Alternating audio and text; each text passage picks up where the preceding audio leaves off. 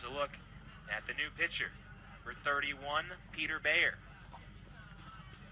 And again, going to the bullpen and looking for some experience as Bayer making his 10th total appearance on the year, has started 4 games midweek for Richmond, and got to change the rally caps up.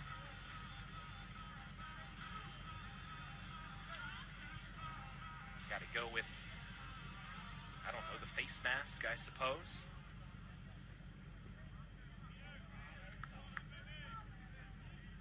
Kisner will lead things off for NC State. First pitch, strike to Kisner, who is 0 for 4.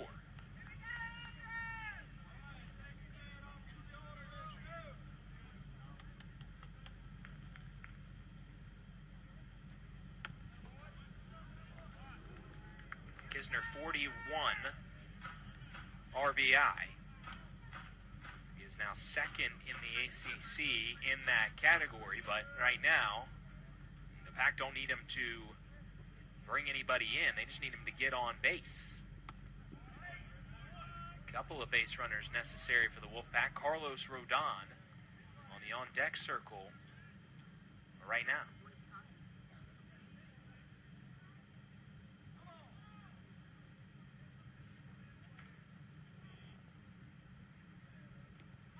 Good breaking ball from Bayer. It gets away from Gadd. What a throw to first.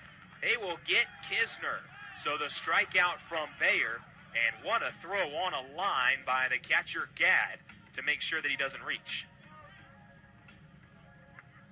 Sometimes it's just not your night. Kisner got out of the box, got a pretty good jump on it, but just a better throw by Gadd. Look at it again here. This one just gets down in the dirt. Kisner completely fooled on it, but he got out of the box pretty well, just not fast enough to beat Gadd. 2 more outs for the Wolfpack. Huge first out for Bayer. So now, Bayer gets to face Carlos Rodon as a hitter. Probably going to be the #1 overall pick by the Houston Astros, the upcoming Major League Draft. If he's not the #1 pick, he'll certainly be in the top 5. Just don't see that kind of power pitching from a left-hander with that slider. But Rodon has hit more often this year than he had in his previous 2 seasons. He's a .325 hitter on the year in 40 at-bats. 6 RBIs. Only 1 extra baser. And that's really what the Wolfpack need right here. They need base runners. They need them in scoring position in a hurry.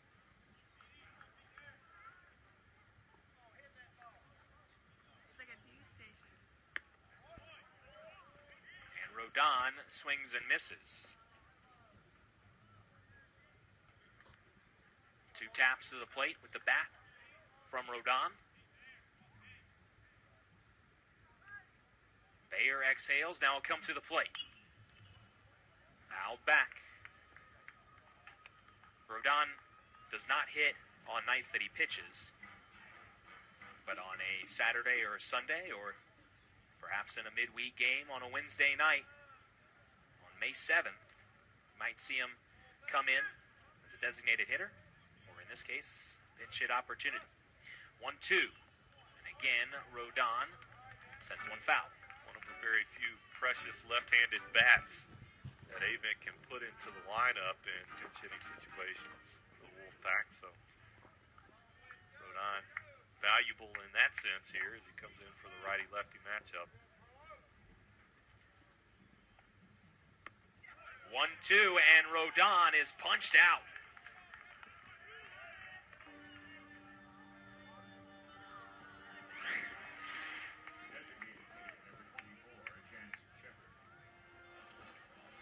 Like it might have been off the plate a little bit. Rodon didn't look worried as he backed away. He was getting ready for his next pitch. He kind see him mouth, "Oh man," as he walks to the dugout. Sometimes you're down 3 runs in the ninth and you can't leave the bat on your shoulder. You got to defend with 2 strikes. And Carlos gets rung up right there, and it'll be Chance Shepard as the Wolfpack's last call here with 1 away, or 2 away.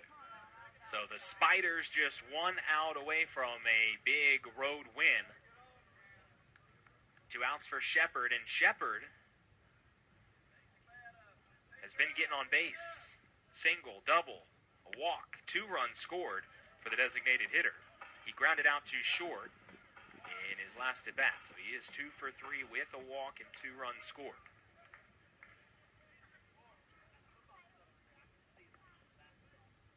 How about Richmond on the road? Just 1 strike away. Nice little hook right there from Bayers. Came in, froze Shepard right there on 2-1.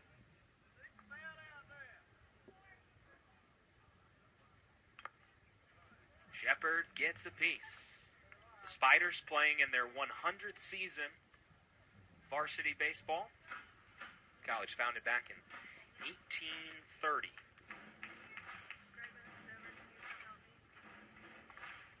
100 years, quite a history.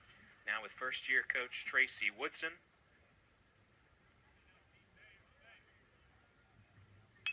Shepard blasts a home run, foul. Ball was hit a country mile, but well to the left field pole. There is Coach Woodson coming back here to NC State. He played at Doak Field before it was renovated, and the field stayed mostly the same. Seating changed. A lot of good memories for the 1984 Player of the Year in the ACC. Got his pitching start just down the road as the hitting coach for the Carolina Mudcats. Out in Zebulon, North Carolina, just about 30 minutes east of Raleigh. 3-2 pitch to Shepard, grounded hard to third. And Dacey will throw out Shepard. That's the ball game. Peter Bayer comes in and slams the door shut on the Wolfpack. Couple of key insurance runs in the later innings for Richmond, making this one a little bit more stretched out. But how about the Spiders? They jump out for 4 runs in the first and never look back, and they'll take this one on the road in Raleigh. Yeah, you got to look at Frazier at the top of that order. 3 hits in 4 at-bats. He had an RBI as well, scored a run. A great night for him at the plate. And then you really got to look at the Richmond pitching staff. Great night for the freshman Baker to come out. 3 earned runs, 3 2/3. That got him into the bullpen, got him to a couple of their weekend guys. And Stoops came in, only gave up a hit.